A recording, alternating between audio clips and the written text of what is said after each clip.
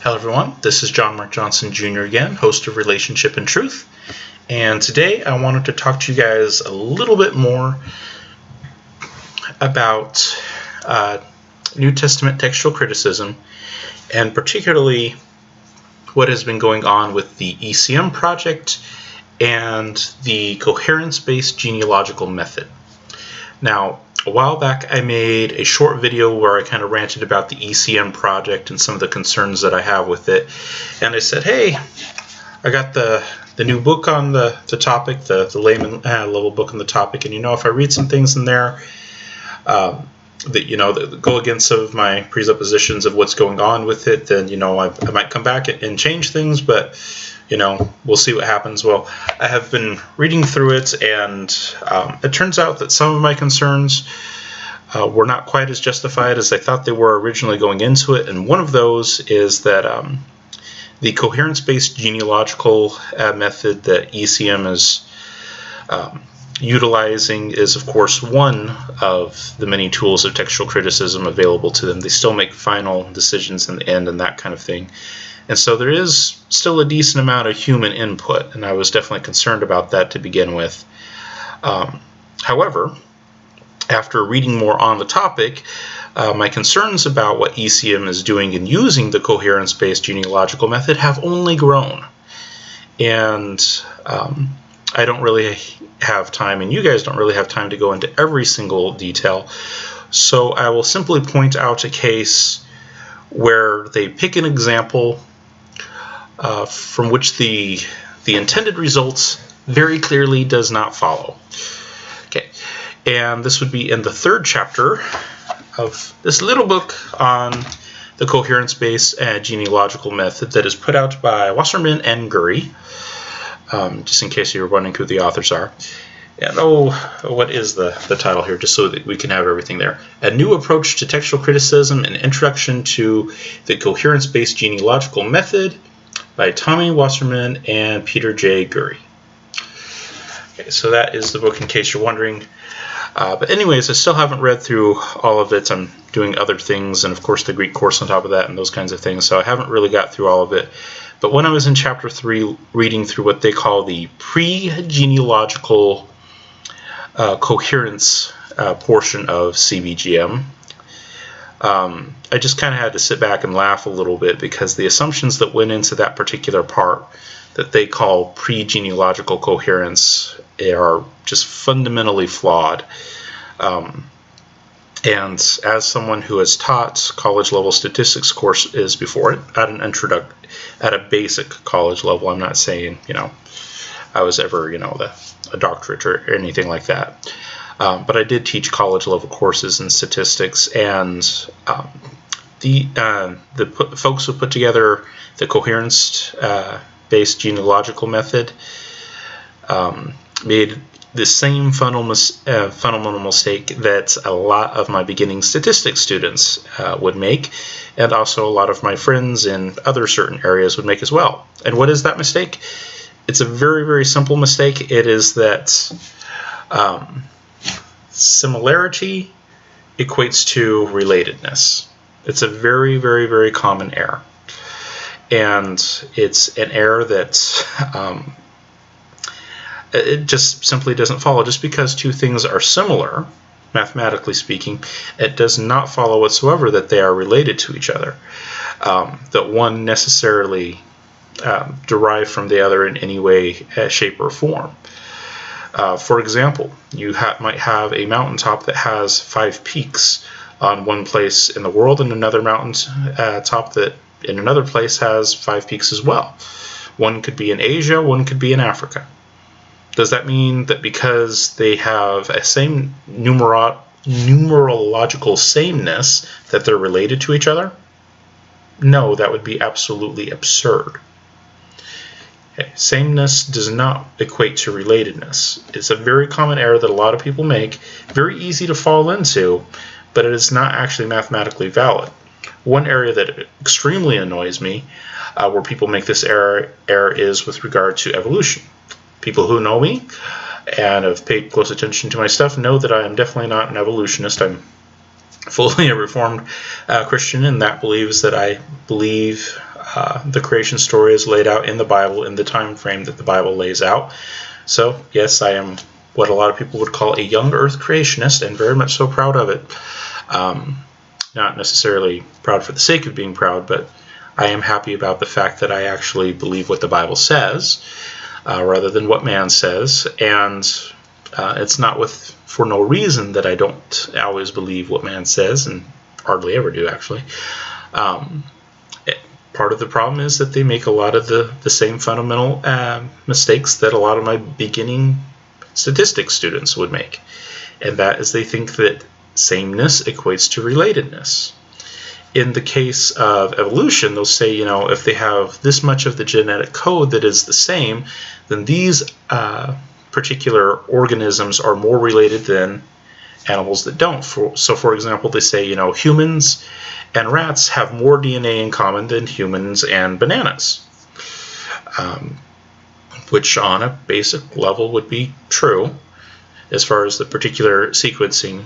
However, that does not actually prove that there was actually a genealogy that led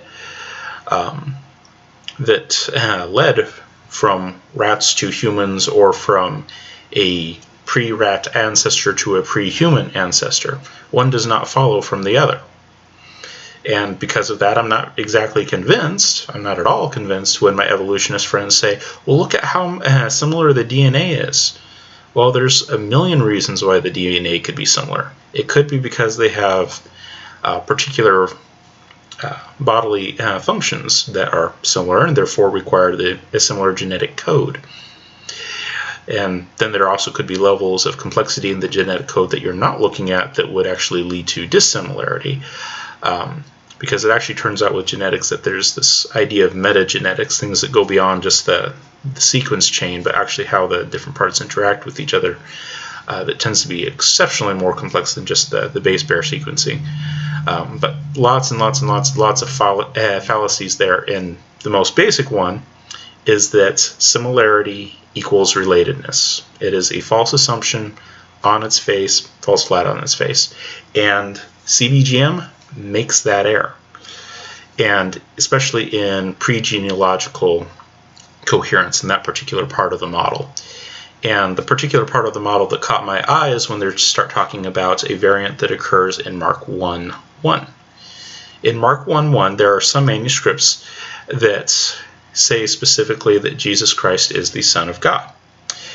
And there are also manuscripts that do not have that little part about Jesus being the Son of God in there, at least not in that portion of the Gospel of Mark.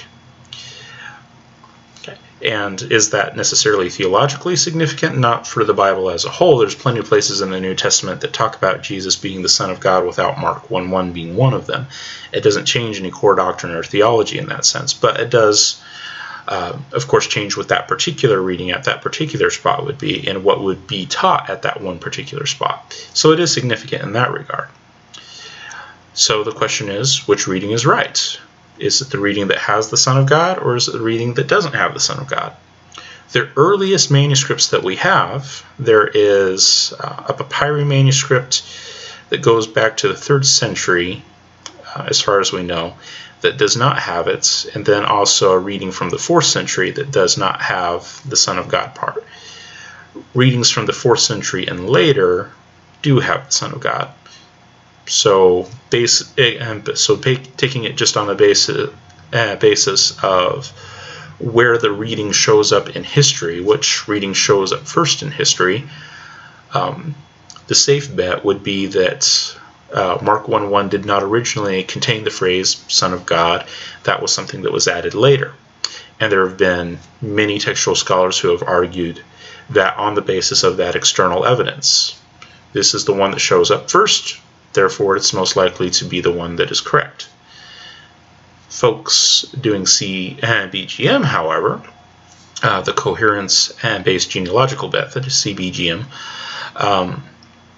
they come along and say, well, what we really want to do is we want to look for similarity, and similarity implies relatedness, so similarity implies originality.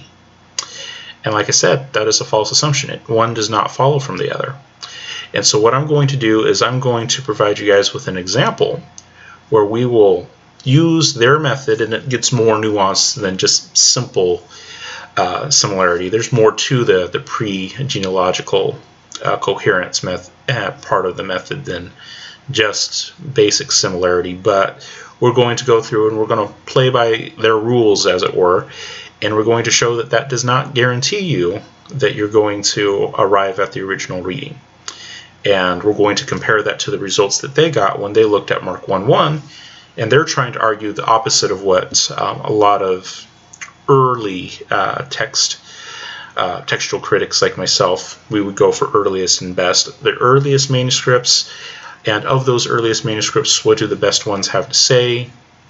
And that is our way of doing it in a simplified nutshell. And the question, of course, would become, does that apply down the road here? Well, for Mark 1:1, it would say that the phrase Son of God isn't original, but CBGM, they say no, it's original because that's where you have the greatest similarity, therefore the greatest relatedness. Let's go ahead and walk through a scenario where that doesn't work. All right, so here is the scenario. We're going to have a group of manuscripts, and we're going to number them just like the manuscripts in the New Testament are numbered.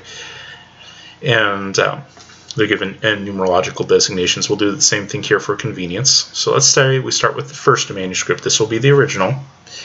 And once copies are made from this manuscript and they're compared to each other, we notice 5 places of disagreement. 5 places of disagreement once all the manuscripts that are made from it are compared to each other. Now, why am I talking about places where they disagree with each other? Because that's what the CBGM does. When they look at similarity or difference between manuscripts, they look at it in terms of differences, not overall. That is, let's say that this document this hypothetical document that we're talking about here, manuscript 1, it is a 1 million word document.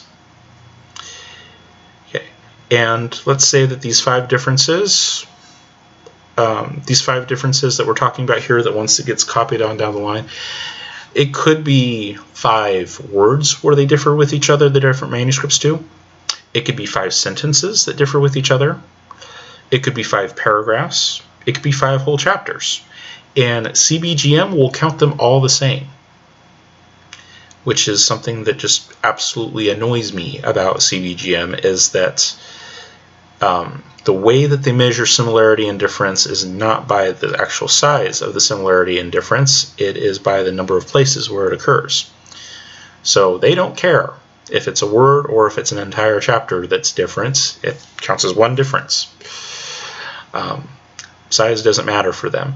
And then also it's relative. It depends on how many manuscripts that are being compared. For example, and I'll just go ahead and read this from them.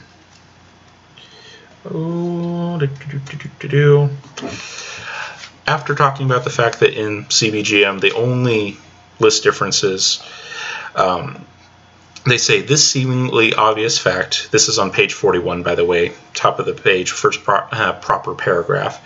They say this seemingly obvious fact, the only places of difference are counted, needs to be mentioned because it reminds us that agreement levels in CBGM are always relative.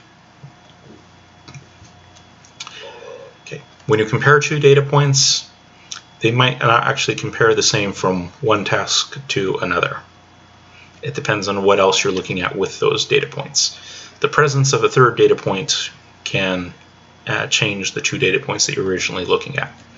They go on to say, if we compare only 2 manuscripts and they disagree at only 2 places, the CBGM ascribes them a pre-genealogical coherence of 0%. Okay, they could be million-word documents, but they disagreed in 2 places, therefore 0% similarity if you're only looking at those 2. Because everywhere they differed, they differed. For those of you who have a background in mathematics and specifically in statistics and statistical theory and what constitutes a valid statistics and whatnot, that should just make you cringe.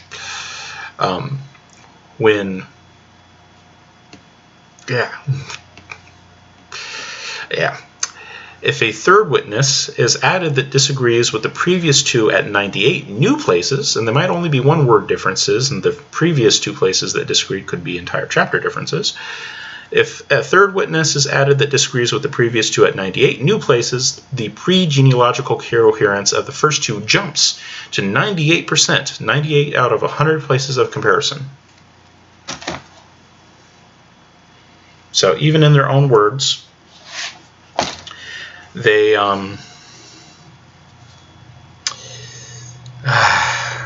say that the data are compared to each other in very relativistic terms.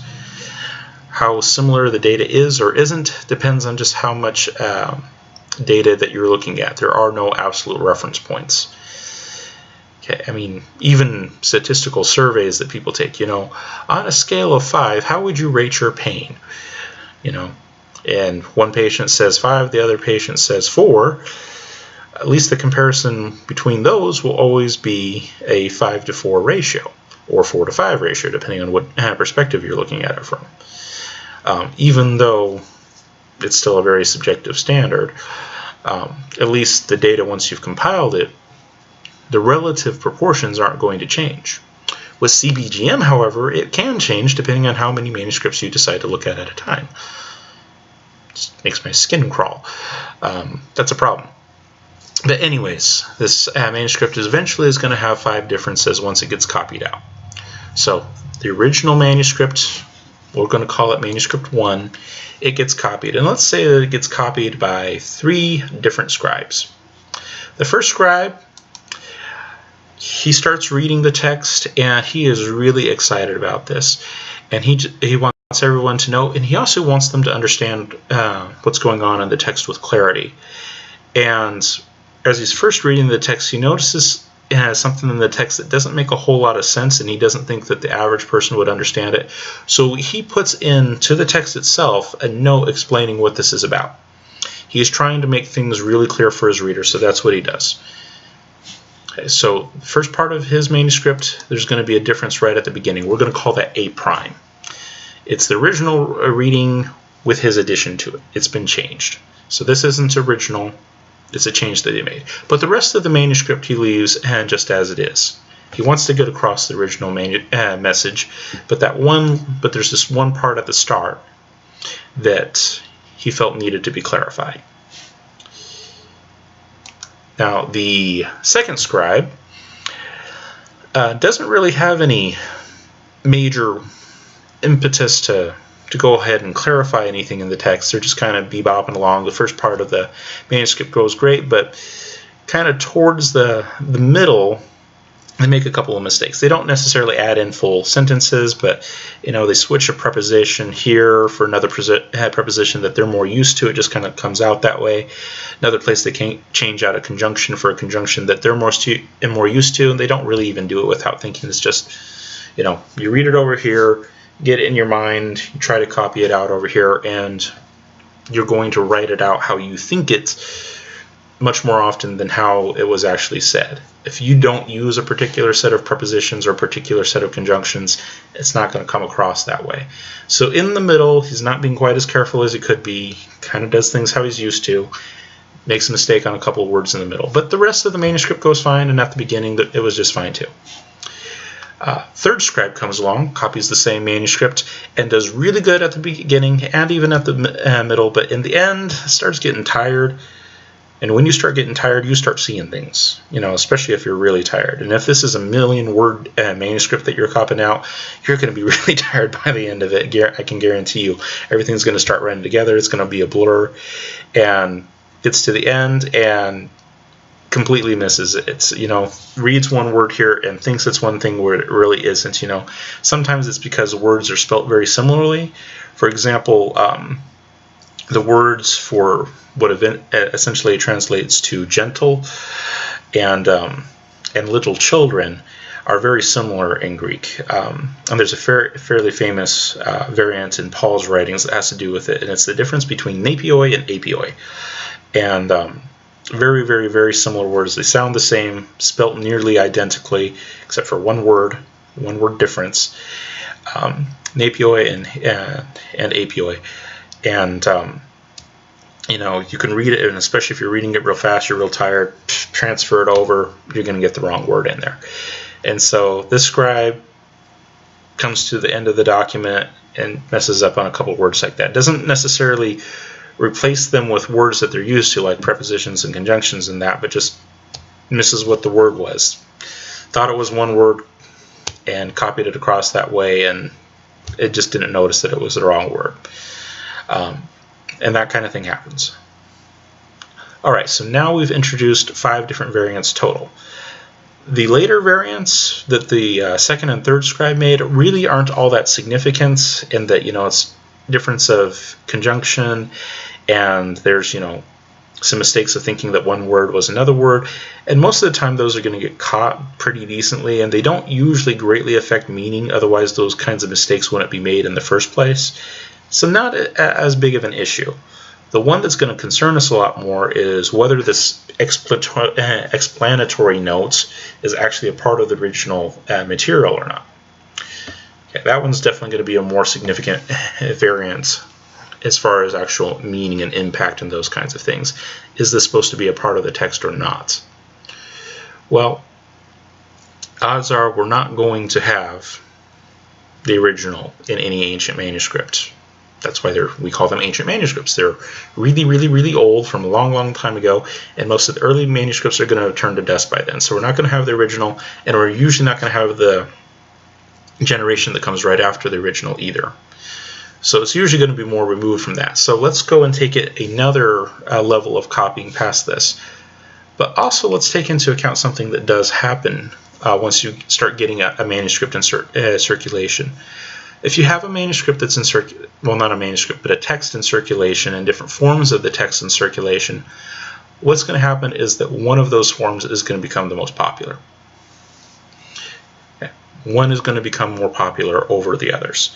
And a lot of times it has to do with who is the most vocal about it. So let's say that this first scribe here, like I said, he's excited, he wants people to understand the text, and so he goes around preaching from his manuscript all over the place.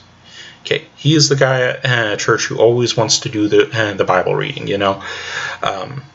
basically this guy is going to be the preacher. He's doing all the Bible readings, whatnot, and he's also the one who makes the lectionaries. If you don't know what a lectionary is, look it up. It's basically a series of lessons that the church would go through, and it would usually have passages from the Bible in there, and would be broken up into different passages from the Bible. It usually wouldn't be the complete Bible, New Testament or Old Testament, but it would be different sections on different days. And if he's making readings for people, he's of course going to use his manuscript.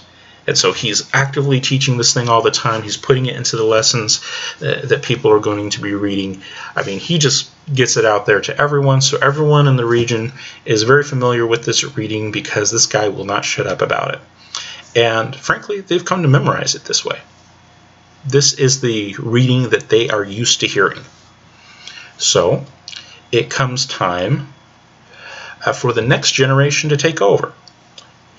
And, the original scribes, they've died and that kind of thing, sadness. But they still have the manuscripts. They don't necessarily have the scribes who made them. Perhaps they've died. Perhaps they simply moved on to another area. Who knows? And they just left the manuscripts there. But it's not like they can go back and ask them, what did you do here? What happened here? Were you really tired when you wrote this? They can't go back and ask those kinds of things. So they're going to be making these new copies on their own. And they're sitting there thinking, new generation, these manuscripts that we have, they're not going to last forever. We do need to make copies so that we can continue this into the future. First scribe gets a hold of the first manuscript, the most popular manuscript that's out there, because the guy wouldn't shut up about it. And he copies it. And the first couple times that he goes through copying it, he just copies it as is. Starts off with the text. And, I mean, the guy who originally made this thing has been preaching it to everyone. Everyone's heard this 1,000 times. A lot of this you could probably do from memory just because you've heard it so often, because this one guy was super excited about it and he wanted everyone to know. So the first time he's going through it, he's copying out this manuscript. He's kind of doing it from the manuscript, but also kind of from memory at the same time. But let's say, for example, he comes to the third time he's copying it out, and he decides to check with some other manuscripts.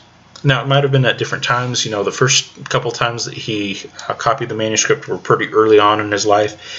And then later on in his life, he hears that there are some manuscripts that have a different reading from what he's used to. I mean, he's used to, you know, this reading where there's this extra explanatory note in there, and he's memorized it that way. But he hears from a friend that, you know, there's a manuscript over here that doesn't have that reading. There's another manuscript from the previous generation that doesn't have that reading either. And so he says, well, if the majority of manuscripts don't have it, well, maybe it's not supposed to be there. And so the next copy that he makes, he doesn't put that extra little explanatory note in there. So now he's made, for purposes of our example, 3 manuscripts, and 2 of them were just the same as what he received, and another one, because of extraneous information or whatnot, he decided not to put in that extra little part. Of course, you know, people aren't going to necessarily know if it's an extra part or not, but at least he doesn't think that it's original. And that's what he does with his copies. Second scribe gets a hold of the second manuscript and basically copies it as is, except that most of the time when they're copying it still with that one guy's voice ringing in their ears. And so when they come to that passage of the text, they're like, oh, I know this part because I've heard this 1,000 times. Write it out as they've memorized it and go on from there. So for the most part, it's going to be a copy of what happened before, but a lot of it is going to be influenced by the preaching from the other text. But let's say as he's making his copies, it's not like the first guy who gets concerned about, you know, hearing what other things are, but instead he gets onto the third copy, and if these are 1,000,000-word texts, you know, or any significant number of texts, he's going to be really tired by the time he gets to the end. And guess what? That memory thing, it just might be a little pooped out. So instead of relying on memory, he might just start reading the text along because he's tired and he doesn't want to have to sit there and try to memorize it and that kind of thing. And he's just, there's word, right word, next word, right word, you know, just becomes kind of a rote thing by the end there. So on the next one that he makes, he just copies it exactly as his exemplar. He's not thinking about what the guy said from the pulpit every Sunday anymore that he's heard 1,000 times. He's just like, I want to get this done. Copy, copy, copy, copy, copy.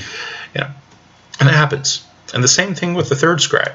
For the most part, copies the manuscript that he has, but a lot of times influenced by that memory of what the guy said, so he thinks he knows the text, but gets fatigued and stops relying so much on memory and just starts doing rote copying, and hey, the copy that he had didn't actually have that reading. He doesn't even notice that it doesn't have that reading that he's used to. He just copies it across blindly, and that's what it is. Now, like we said, these early manuscripts here, those are not likely to survive down through the ages. So we're not going to worry about any of those. In fact, even a lot of the later ones, not all of those are going to survive either. So we're just going to pick a sampling kind of from each grouping here as to what will get picked and not picked. So we're going to pick 5, manuscript 5 and 7 from the first group, 8 and 9 from the second group, and 11 and 13 from the third group. Those are going to be the manuscripts that have survived into the present age, and those are the ones that we're going to try to use to reconstruct the original text. And we're going to use the coherence-based genealogical method as it applies to pre-genealogical coherence. And what did I say was the basic assumption there? Is that sameness is relatedness. It's a false assumption, it doesn't work, but we're going to operate on that premise, walk through the method that they lay out, and we're going to show why it doesn't work. All right, so we have all of these manuscripts that have come down. Now we know what the original readings were because we're the ones who set it up. We know what the original readings are supposed to be, and we also know which one is the significant one that we're worried about. We are worried about the A prime versus A reading. That is it supposed to have the explanatory note in there or not? Was that original or no? But before we can do that, we're going to be good applicants of the coherence-based genealogical method, the CBGM, and we're going to go through and we're going to figure out how all of these manuscripts relate to one another. Okay. All right, so first we're going to look at manuscript 5 and how it relates to 7, 8, 9, 11, and 13. All right, so how does 5 relate to 7? here's 5, here's 7. Let's look at the manuscripts.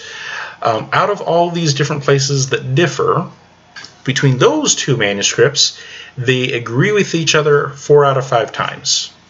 So that is 80% coherence for those two manuscripts. But it's only 80% because you're actually looking at all of these manuscripts in total. You know of all of these differences, even though there's technically only one difference between them, A versus A prime.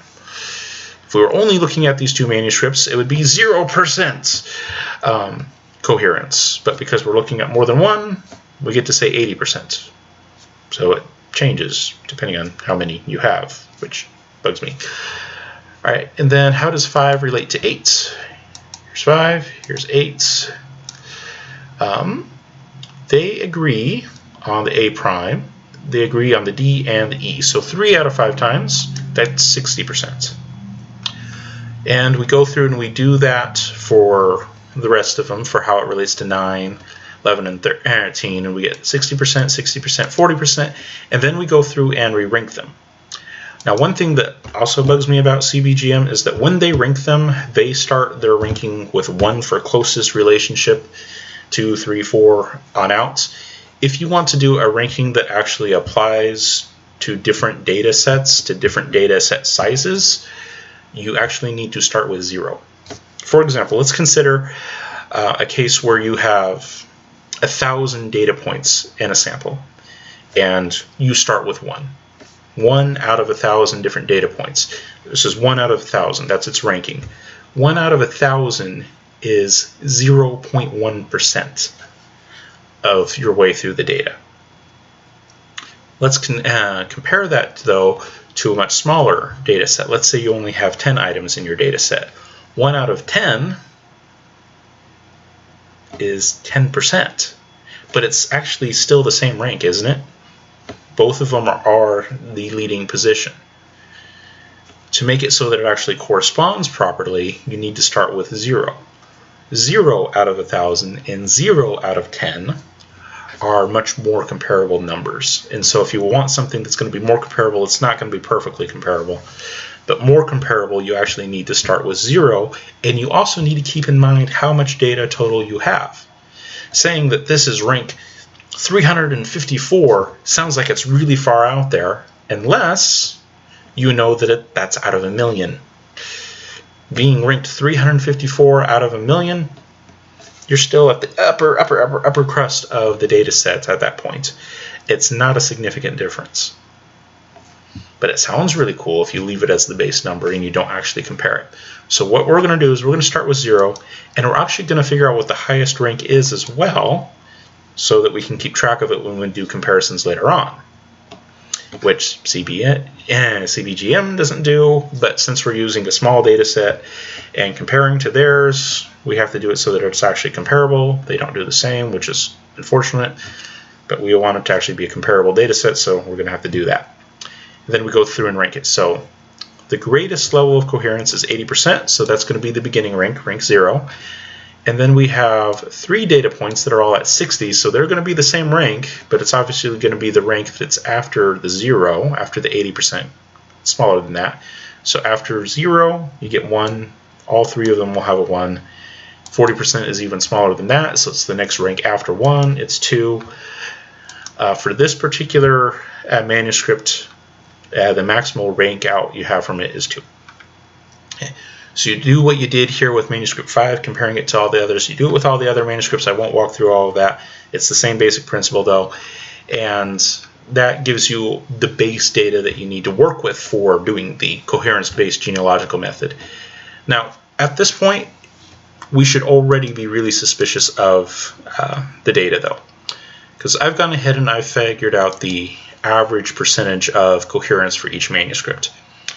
And the lowest average is here with manuscript 13, only 36% coherence on average to the rest of the manuscripts. And by contrast, manuscript 5 is the highest at 60%, which would say if what CBGM puts out for their pre-genealogical coherence is true, hey, similarity is relatedness. 5 is the one that is the most similar to all of the others. Therefore, it's, like the archetype of all of them, right? Well, at the particular data point that we're interested in, A prime, 5 is actually wrong. We know that it started with A because we made it start with A, and 5 has A prime there. Now, granted, in the most other places that are not as significant, has to do with prepositions and conjunctions and similar words and things like that, things that are just not as similar, things that are just not as significant. Yeah, it is more correct in those places. It's going to be correct more often than not. But at the particular point that we're interested in, it's actually dead wrong. And the manuscript that is the least similar, 13, is actually correct at that particular point. That's a bit of a problem, to say the least. Okay, so right off the bat, before we've actually done anything any of the specific analysis that the pre-genealogical coherence analysis requires, that is laid out for CBGM, we already have a pretty good idea that this is going to result in some pretty significant problems, that this is not right. That it's not going to tell us what we need at every specific point. It might give us some general ideas about which manuscript to follow over another, but it's not going to actually tell us at a specific point which variance is correct and which one isn't. Doesn't work that way, but they pretend like it does. And so that's when we start doing our cross-analysis. That is, they say, what we need to do is we need to look at the manuscripts that have a particular variant reading that we're interested in, the ones, and basically compare those variants. So the main variant that we're interested in is whether or not the original text read A or A prime. And so we're going to look at it from that perspective. We're going to start out with manuscripts that read A, and then we're going to look at the manuscripts that read A prime and compare them and figure out what is closest for them, where the theoretical strongest genealogical ties are regarding other manuscripts that would have A or A prime readings, because that's one we want to know. So let's start out with manuscripts that have the reading A. The ones that have A instead of A prime are manuscript 7 and 13. And then we're going to ask what are their closest related manuscripts, theoretically related manuscripts. They're not really related. They're just similar, but the coherence-based genealogical method assumes that they're related. So we'll be more accurate and we'll say most similar, even though they would like to say closely and most closely related. We'll say most similar because that's actually what we're looking at. The most similar manuscripts that have that same reading. That's what's going to go on in this block here. And then in the next block over, we're going to look at the most similar manuscripts that have the alternate reading. All right, so for closest manuscripts, it's going to be each other. There's only 2 manuscripts that have this reading. So if you're looking at the most closely related manuscript that is not that manuscript, it's just going to be the other one. So our 2 manuscripts are 7 and 13. So which one that has that reading, has reading A, that is most closely related to 7 that is not 7, well, it's going to be 13. The one that has reading A that's not 13 is 7. Okay, that's fairly basic. Then we need to figure out what their rank is. So 713, its rank is 1. But like I said, if we want to make this data actually somewhat communicable to other data sets, we need to realize, that we need to start with 0 and also keep in mind what the maximum of that rank is, and that maximum is 2. So it's 1 out of 2. That's why it's coming out as 0.5 here. Let's see if I can highlight this for you up here. 1 out of 2. Okay, so that's where that comes from, where the 1 out of 2, the 0.5 comes from. It's rank 1 out of 2 total. Right, and then for 13 and 7, 13, starting with manuscript 13 and 7, what's its rank? It's 1 out of a maximum of 3. That's where the 0.3 repeating comes from. 1 out of 3. And then we take the average of these and turn it into a percentage. You basically just multiply by 100. So average multiplied by 100. Basically saying that to get to your closest relative in this, which they're not really relative, they're not really related, just similar, most similar manuscripts with this particular reading, you have to go through 41.7% of the data, roughly. That's what that's saying. That's where the ranking ties into all the data altogether. CBGM, though, does not, when it does the ranking, it does not take into account the data set as a whole. It just does the base rank number. It's 65 on the list. It's 85 on the list. It's 95 on the list is the average rank. Or the average rank might be 2 or 3. And those sound like big differences. A rank of 2 or 3 versus 65 or 85. Well, it depends on how many that's out of. If that's out of 100 manuscripts, 2 or 3 versus 65, 85, that's a pretty big gap. If it's out of 1,000 manuscripts or 2,000 manuscripts or 3,000 manuscripts, those shrink together quite a bit more. And since CBGM doesn't actually keep in mind the total, the total of the rank and actually do it proportionally or as a percentage, it's basically a useless measure, but they put in the rank in there and say the more closely ranked they are, the more likely this reading is essentially what the argument is. The more pre-genealogical coherence there is. It's a major problem. And then, along with the rank, is the percentage of agreements in the places of disagreement.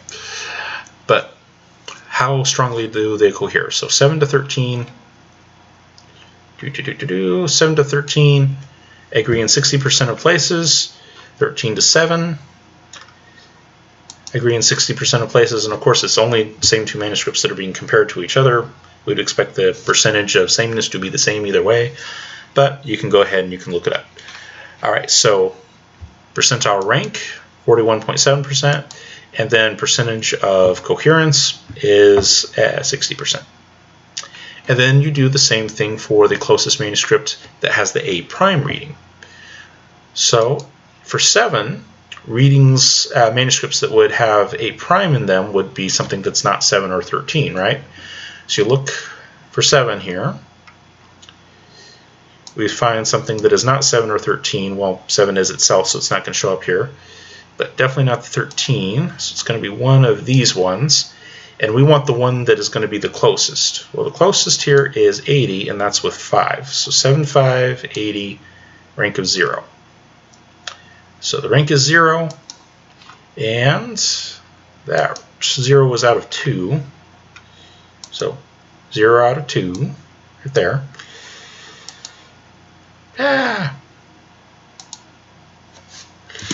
So 0 out of 2. And 80%, and you do the same thing with manuscript 13. What's the closest manuscript to 13 that doesn't have reading A, has A prime? What's its rank? What's its percentage? Find the average of the ranks, multiply it by 100 to get to percentage, because you're doing this in proportion, otherwise, so you have something to compare. And then same thing with the percentage. And from looking at just the manuscripts that are of A, we see a further rank with the readings from A rather than A prime, which is saying that the A readings are further away as far as similarity is concerned, but they're assuming relatedness as well. So it would say that these ones are more distantly related, which is not a good assumption. And that the A prime readings have a closer rank, so they're more closely related. No, they're just more similar. Similarity is not the same thing as relatedness, but that's what CBGM assumes. It assumes that sameness is relatedness. Doesn't work. And then also percentage. Hey, the A to A readings, the only amount of coherence, the average coherence for those manuscripts is 60%. Whereas the other is 80%. You know, it looks, you know, like the stronger reading is over on this side, the A prime. you know, immediate rank, zero rank. You're not going very far at all in the data set, and 80% coherence. And when you're only dealing with 5 points of variation, 80% is pretty strong. Not as strong as 100, but it's still pretty strong. It's about as strong as you can get, practically speaking, with actually having some variation in a data set that only has 5 points of variation. So, you know, for the data set that we're looking at, this is really strong. By comparison, this is much, much weaker. It looks like, according to coherence, that there is a greater amount of, well, assumed relatedness for the A prime reading. But that's only looking at it from the perspective of manuscripts that have the A reading in them. We also need to look at the manuscripts that do not have the A reading in them, that have that alternate, the little expanded explanation that the first scribe put in there so that he could explain what was going on in the text to people. All right, so the manuscripts that do not have the A reading in them, but instead have that little extra note, and we know it's extra because we're the ones who put together the scenario, those would be manuscripts 5, 8, 9, and 11. And we're going to do the same thing. We're going to look for the closest manuscripts that have reading A, the closest manuscripts that have reading A prime, figure out what the relative ranks are, not just the base ranks, but what the relative ranks are for each one of those sets. Then we're going to figure out the percentages for each one of those, and then figure out what the averages are as a percentage. So for the A readings relative to the A prime manuscripts, the rank is 25%. So basically you have to go through about a quarter of the available data before you get to a closely related manuscript when you're looking at A readings. And then for the A prime readings, it's 20%. So these two are much closer to each other than the other ones were. That is true, but the more close relationship, the closer, smaller ranking, is still with the A prime. And then percentage-wise, how do the percentages come out? 60% to 80% for A to A prime ratings. So again, it looks like the A prime has the stronger coherence. But we set up the scenario. We know that A prime is an original because we're the ones who did the stemma. We set it up. We said specifically we know that this is an addition because we're the ones who created the scenario. And the system that they lay out, and you can read through it in chapter 3 of the book, this is what they lay out that you do. We're doing that, and it's not catching that the A prime is unoriginal, which is very sad. All right, now let's go ahead and actually look at it as it relates to what they put forward for Mark 1.1. Okay, so here's the data that we just derived right here. Okay, so we have our example based on 6 manuscripts total. We looked at it from the position of the A manuscripts and the A prime manuscripts.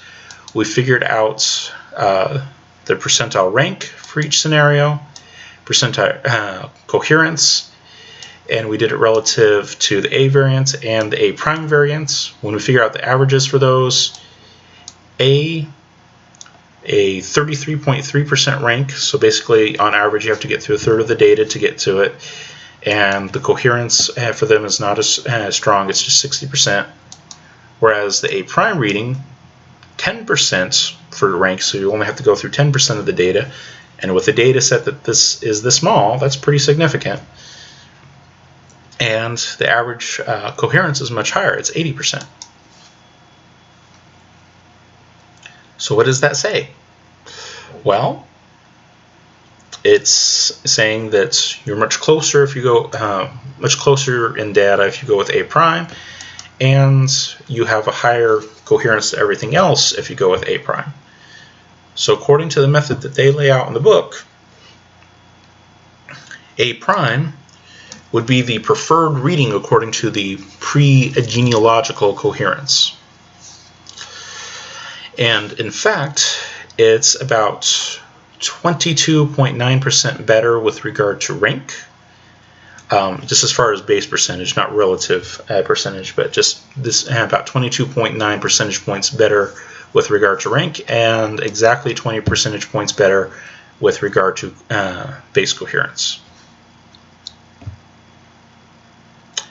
Let's see how that compares to their analysis of Mark 1.1. Now, when they do their analysis of Mark 1.1, they use, of course, broader tools to compare the manuscripts, because they're comparing up to 2,200 manuscripts. And you go through their analysis of which manuscripts get counted and ranked and all those things, and it's far from exhaustive and complete. They basically stop counting after a certain point, which invalidates rank as a valid method of comparison, because your rank will fluctuate if you do that. So I included the whole thing, because otherwise you don't have a standard of comparison. So they're including up to 2,200 different manuscripts in their analysis of Mark 1.1, which really changes things. And they're, by the way, where you get these in the book is on, there's a couple of tables that they give for them on page 47 and also on page 49. And that should have a space in it. All right, and so they look at it from the perspective of manuscripts that have the Son of God in there, and from the perspective of manuscripts that don't have the Son of God in there. How close until you get to the next manuscript that has Son of God, compared to how close it is to the next manuscript that omits it. For as far as similarity or closeness to, similarity is better, because relatedness does not follow. But similarity to other manuscripts with Son of God in them, the rank is extremely small. It's in the first case, it's basically 1.4, and the other one is 1.1, depending on which set of manuscripts you're looking at. Pretty much right at the beginning of the data set. And so the percentage is going to be really small, because you're talking about out of 2,200 manuscripts. So that's why those wind up being decimal places here. And this is not 0.01819 out of a whole, it's 0.01819%. Basically, right at the beginning of the data is where you get it. And then the amount of coherence is also pretty high, 92.1 in one case, 93.1 in the other case. On average, very, very, very close ranking, very small ranking, very close to each other. You don't have to go very far through the data to get there. And then the percentage is really high, 92.6. And when we go to look at omission, well, the overall ranking is actually still pretty small, because you're talking about a data set of up to 2,200 manuscripts.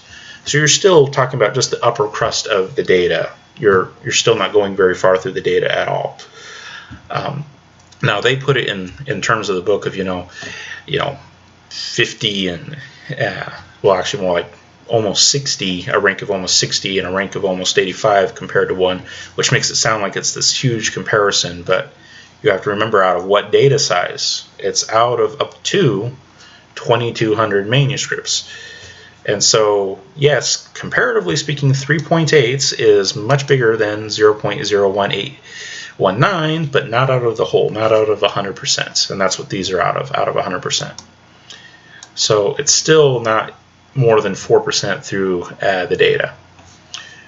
When we looked at our example case, we had 10.4% of the way through the data compared to 33.3% of the way through the data.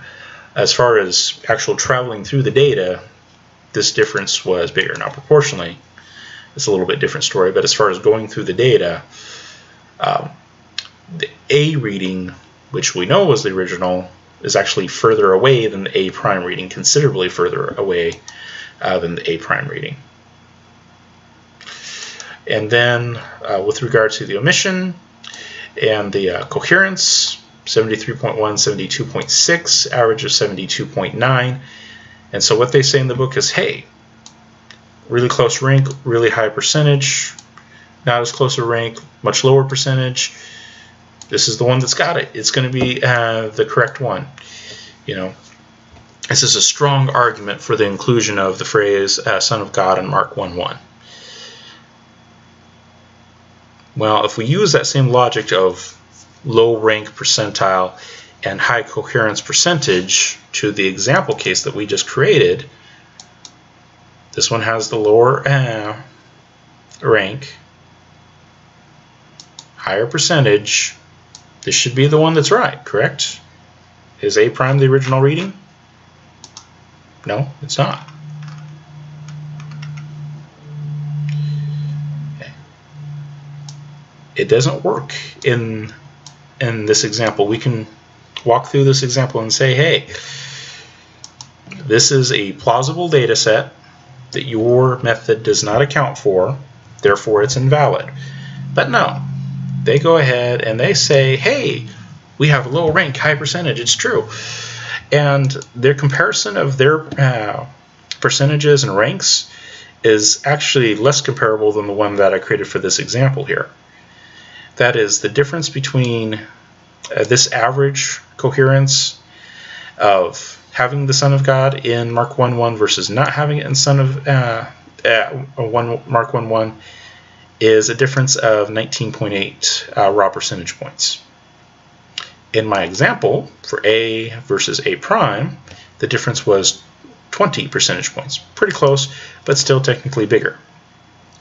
When it comes to the raw percentage difference for the ranking, however, I had 22.9 raw percentage points difference. They only had 3.2. Why? Because there's 2,200 manuscripts total that they're looking at, and they get data points that are all just in the upper crust. They're not significantly different from each other. And frankly, that's the case with New Testament manuscripts in general. They have a lot more similarity than difference, just in general all the way across. And because of that, the differences are not going to be statistically significant. And there's a lot of data, all the places where they agree that they ignore just so that they can get to something that is at least hypothetically more statistically significant, but it becomes really arbitrary at that point. So what does all this go to show? It goes to show that you can take a plausible scenario which will give you the same criteria, the same level of difference that they have in their data, which they say is a strong argument for this particular reading, when in fact you know that that particular reading is the wrong one from your test case. And that's what these people don't do. They don't sit there and say, okay, let's create a plausible scenario that could break this model. No, they say, hey, let's think of all the reasons why this model could be right. And they don't take the time to think of all the reasons why the model could be wrong. And frankly, this wasn't all that hard to do. Like I said, we're only dealing with 6 manuscripts here. This was really simple to walk through. And the reason why I knew that I could create a scenario where it didn't work out is because I know that the basic premise is wrong. Similarity is not the same thing as relatedness. Whenever you assume that similar things are related, you're going to wind up with a method that tends towards a majority rules mentality. Now, granted, the CBGM will not create a majority text. It will not. Okay, and that's because they put some artificial links and barriers into the system. Once things start getting into the majority text level of relatedness, they basically stop counting at that point. So it goes up to majority text with the tendency in that direction. So it's going to tend in the direction of the majority text more often than critical texts have been going up to that point. But that's because of the fundamental assumption that similarity indicates relatedness. That is a false assumption. It does not work that way.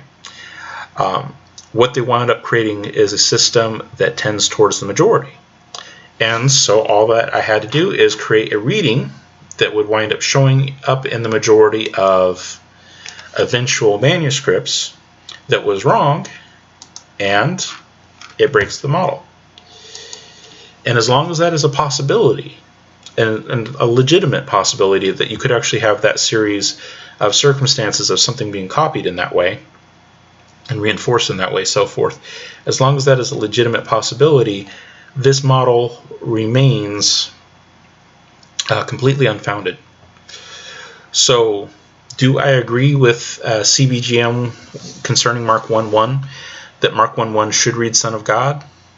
Well, frankly, this is a fairly tough textual variant, just given that there's relative to normal standards, there's quite a few early manuscripts that you could put on either side of it.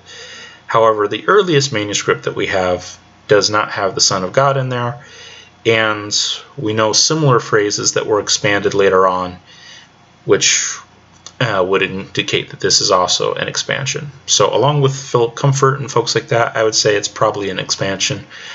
But it is one that is close, and it is hard to come to a definite and absolutely firm level of confidence on that one. I would probably give it a B or a C level of confidence for omitting Son of God, just because our earliest manuscripts, and specifically the earliest manuscript, does not have Son of God in it, and given that it is a known scribal expansion via standard methods of textual criticism, I would not be in favor of that reading. However, the CBGM folks, and specifically Wasserman and Gurry, are in favor of the Son of God reading. And that's because they are making that false equivalency between similarity and relatedness. It doesn't work with evolution. It doesn't work with mountaintops. This mountaintop over here has 5 peaks, and it's in Africa. There's a mountaintop over in Asia that has 5 peaks. That's a similarity, therefore they're related. It's like bald on its face, inappropriate, that kind of assumption. But people still buy into it. It doesn't work, but they still buy into it. There's a million different reasons why things could be similar that have nothing to do with relatedness, or at least the kind of relatedness that you're thinking they have. They could be related simply by the fact that that's the number of things that they have in common, and that could be the only relation. Those kinds of things. It's a false assumption. And like I said, it's easy to falsify. That is, you can create an example just like I did, where you get the favored reading being the reading that you know, because you created the scenario, is wrong.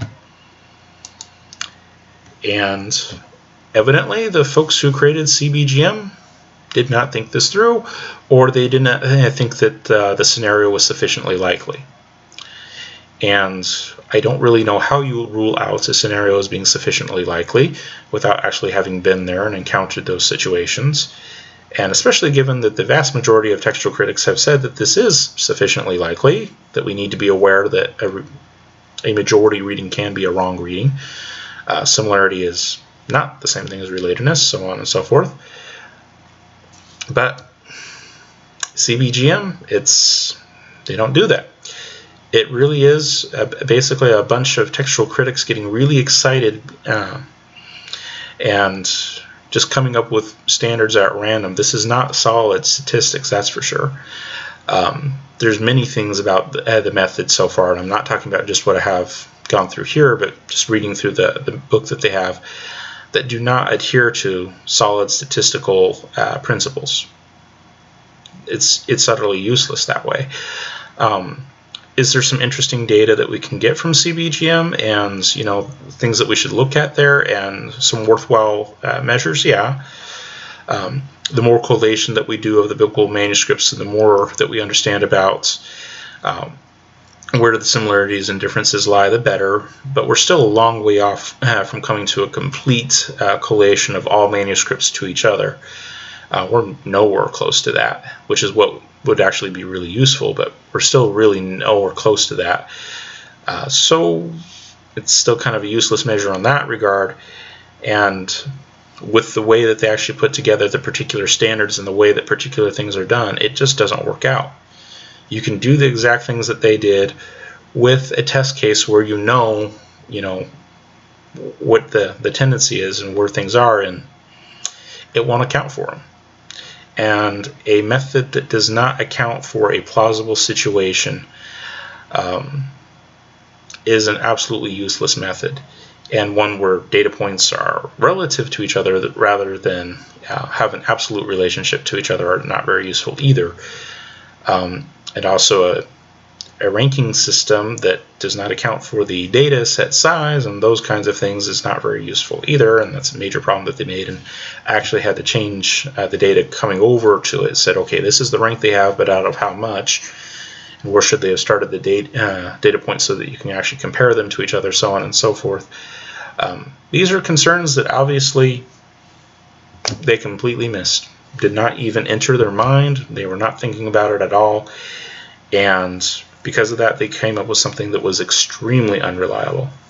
So where does that leave us? Those of us who are actually interested in the text of the New Testament and really want to know what was original and not just, play with computer programs all day and see how many similarities, how similar things are, knowing full well that they aren't. Similarity is not the same thing as relatedness. What about that for those of us who know that?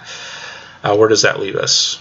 It leaves us in the place of knowing that ECM, because they use CBGM. Now, granted, ultimately they do make the humans do make decisions and whatnot, but because of their reliance on CBGM, we know that there are places that they are just going to be off in left field, just like in this case. CBGM favors A prime. We know that's unoriginal. The question is, when it comes to the New Testament, we don't have the advantage of having created the scenario for ourselves, so we don't know what the original is in that sense. So if they create a New Testament text that says, hey, these are the original readings based on CBGM, and in the cases where we know what the original was, we know that CBGM gets it wrong, it's not exactly going to give us great confidence in it. And frankly, they admit as much in the book, which was rather disconcerting as well. I think they covered that right in the first chapter. First chapter, section 3, and part 2, they say a second type of textual change is less obvious but still worth noting. Along with the changes to the text just mentioned, there has also been a slight increase in the ECM editor's uncertainty about the text, an uncertainty that has been de facto adopted by the editors of the Nestle-Aland and United Bible Society's texts, and that is on page 6 in case you're wondering. They're upfront about it. We know that it's going to create ambiguity. We know that it is less certain than other methods that we have used up to this point.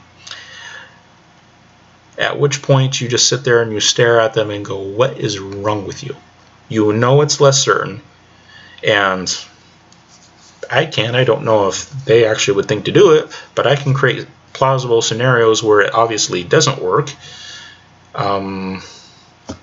This should be saying, run from this, like crazy.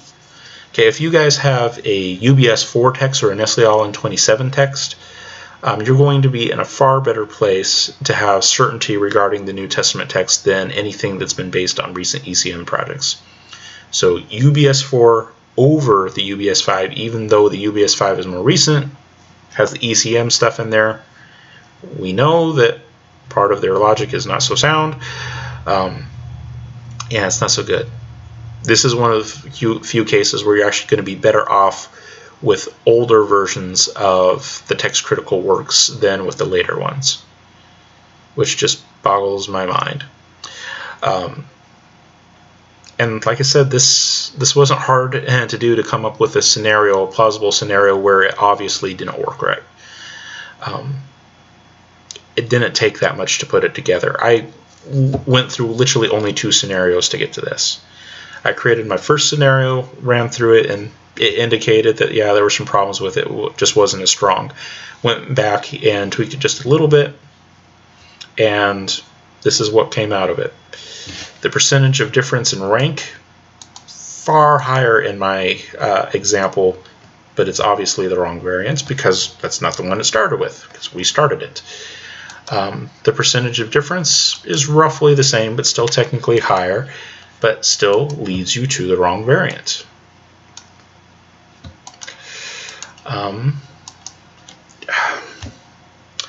If this had been something that one of my students had submitted to me when I was still teaching as being a statistical method, I would have looked at them and laughed.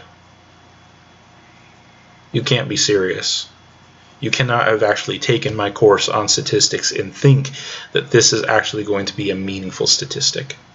This is ridiculous. There is nothing about this that is statistically sound.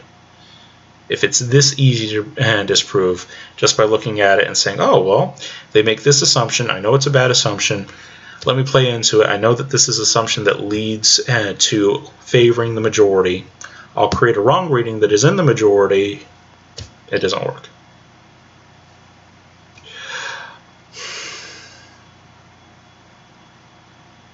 Some people's kids. So yeah, long story short, no, I do not agree with the CBGM when it comes to Mark 1.1 or a lot of other variant readings where they would disagree with the standard critical text that we've had up to this point. And the reason why is because the methods are unreliable, and you can show them to be unreliable when you know what the original reading was, take it through a plausible scenario of change, and then apply the method at the end. You will get results that contradict what they say you should do. And it has to do with that fundamental assumption throughout CBGM that similarity is equates to relatedness.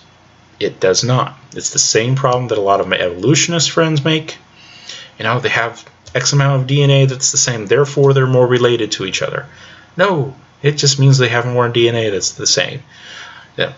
The mountains, they have the same number of peaks, therefore they must be related. One's in Africa and one's in Asia. What exactly makes you think that they're related to each other, other than the fact that they're mountains with peaks?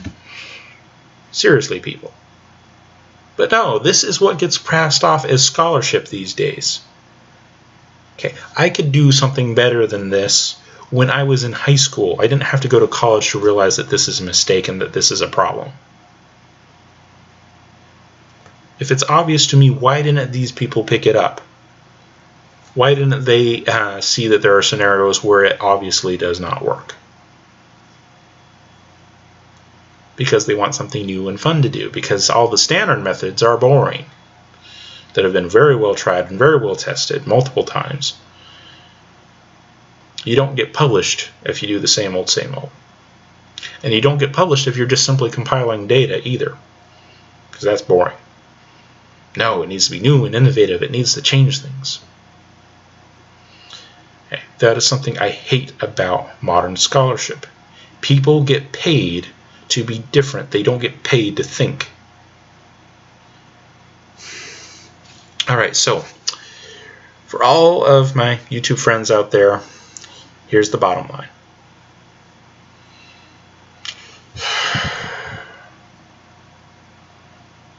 The ECM is based on current scholarship that favors difference over fact versus over reliable methods. So use what they put out with extreme caution. I'm not saying that some of what they will produce won't be useful. I think some of it will be. Some of the local and global stomata stuff that they do could be very interesting to look at. And I certainly want them to get to full collations of all of the New Testament manuscripts and texts. We're a long way off from that still. Those kinds of things I do think will have some use in the future. But the way that they're going about things right now, bupkis. Completely useless. Okay. If they're going to argue that Mark 1:1 should include the phrase Son of God because of what the pre-genealogical coherence of CBGM has to say, I cannot take them seriously. It's easy to disprove that that is not a valid standard. Okay, so use it cautiously. Think and encourage scholars to think rather than simply publish new things.